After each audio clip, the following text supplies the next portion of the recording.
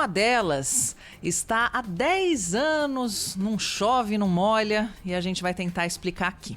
Que é a história do STF, estão barrando os remédios para emagrecer. E por que isso? Esses remédios eles já estavam vetados desde 2011 por uma resolução da Agência Nacional de Vigilância Sanitária. A proibição atingiu produção e comercialização no Brasil, ou seja, pararam de produzir porque os médicos pararam de receitar.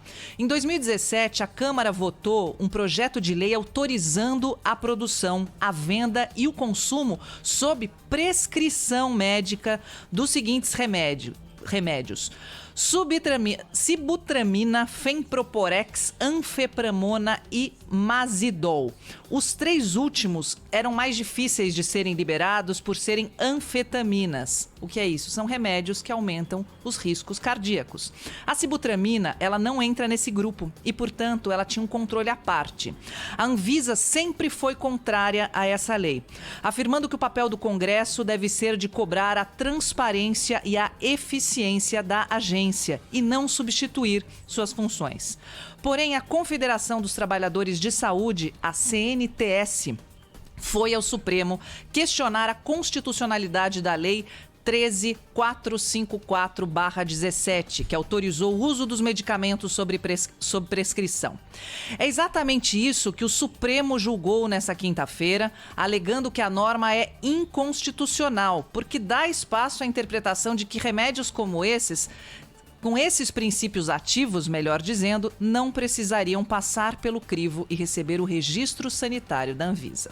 Olha, nós conversamos com vários médicos ontem à noite e hoje pela manhã.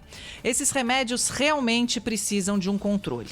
Os danos à saúde por uso indiscriminado podem ser irreversíveis, como problemas de cardiopatias, depressão e até anorexia.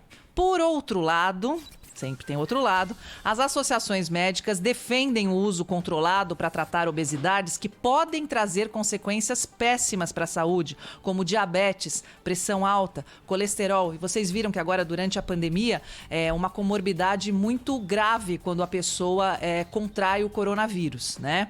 E a Sociedade de Endocrinologia e Metabologia é a favor da lei que libera os medicamentos, por exemplo. Seguindo o Conselho Federal de Medicina, assim como a Associação Brasileira de Nutrologia, se manifestaram a favor da lei.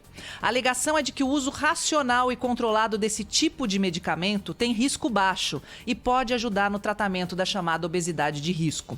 Hoje em dia existem medicamentos modernos para o tratamento da obesidade, porém o paciente do SUS não tem acesso. Tem um determinado medicamento, gente, que ele até é aplicado de forma injetável, ele custa cerca de R$650 e ele não é coberto pelo Sistema Único de Saúde. A eliminação de alternativas baratas de tratamento traz efeitos severos para os mais pobres. E, de fato, eu tenho que concordar com a decisão do Supremo, porque não cabe ao Congresso passar por cima da Anvisa. Os médicos estão na Anvisa, os peritos estão na Anvisa. Por outro lado, os estudos, eles já atestam um menor risco à saúde e a eficácia desses medicamentos, agora eu vou fazer aquela, em letras garrafais, desde que o tratamento seja acompanhado por um médico.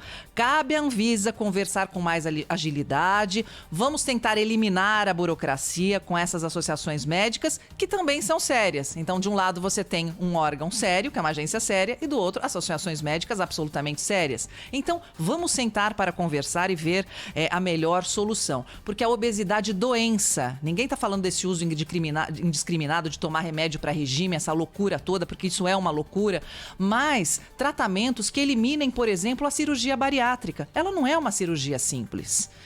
A pessoa precisa perder o colesterol, precisa eliminar o diabetes do organismo e ela só vai conseguir isso emagrecendo. E às vezes nem sempre a cirurgia é o melhor caminho. Então, remédios de uso controlado, essa questão ela precisa ser discutida melhor entre a Anvisa e as associações médicas.